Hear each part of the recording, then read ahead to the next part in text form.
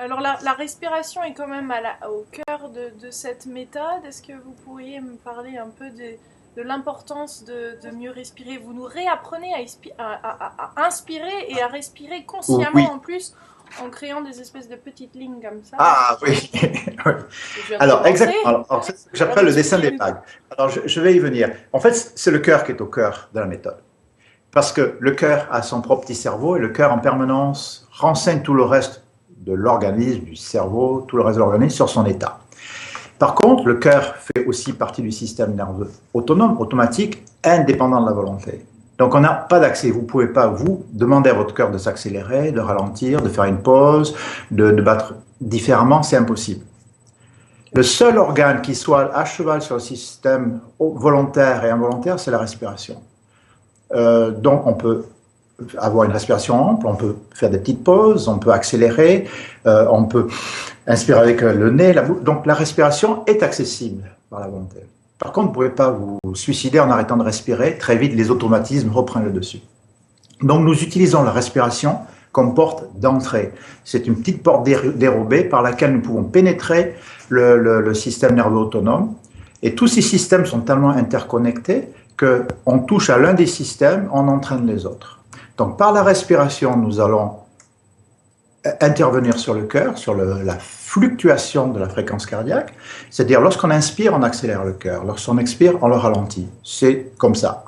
L'explication est simple, mais quand on inspire, mon cœur accélère. Quand je souffle, mon cœur ralentit. Donc, en forçant le cœur à accélérer, à ralentir par la respiration, puisqu'on n'a pas d'autre méthode, et si on le fait à une certaine fréquence, c'est cette fameuse fréquence, ce que j'appelle la fréquence 6, c'est-à-dire 6 fois par minute, j'inspire pendant 5 secondes et j'expire pendant 5 secondes, il se passe un phénomène étrange. La fluctuation de la fréquence cardiaque se synchronise avec la respiration. Et dans cet état que l'on nomme cohérence cardiaque, le cœur se met à sécréter des hormones, se met de l'ocytocine en particulier, de la dopamine, de la sérotonine, qui sont des hormones de plaisir, de relaxation. Et donc, le cœur se met à sécréter ces hormones avec son petit cerveau. Il se met aussi à envoyer un signal de calme et d'apaisement au cerveau, mais à tout le corps. Donc, le cœur, dans cet état très particulier qu'est la cohérence cardiaque, se met dans un état de neutralité émotionnelle. C'est comme si le cœur, en tant que véritable cerveau, informe le reste du corps, tout va bien, il ne se passe rien. Un état de neutralité émotionnelle, un état de non-émotion. Donc on utilise ce petit moment de grâce pour remettre un peu tous les compteurs à zéro, pour abaisser le taux de cortisol, et c'est surtout par là qu'il agit dans le stress et aussi dans le surpoids. Le cortisol, c'est l'hormone du stress, et il a été montré que quelques minutes, 3 à 5 minutes de cohérence cardiaque maintenue, baisser un taux de cortisol de l'ordre de 30% pendant 4 à 6 heures. Donc déjà, ce petit effet sur le cortisol est déjà très important pour la perception du stress. Il y a toutes sortes d'autres mécanismes biochimiques, mais en particulier de biorhythmiques aussi. Cette fameuse fréquence de résonance génère aussi des ondes alpha cérébrales, et les ondes alpha cérébrales sont les ondes qui sont sécrétées, qui sont générées lorsque le cerveau est éveillé, mais calme. Donc c'est l'éveil tranquille. Donc ça c'est... Et on a une modification du système immunitaire, du système inflammatoire, une modulation de l'insuline, tout un ensemble de phénomènes des compteurs qui se remettent à zéro, une mise au neutre. Et nous ne savons plus nous mettre au neutre, nous sommes surstimulés en permanence avec notre environnement, avec toutes les informations qui nous parviennent plusieurs fois par seconde.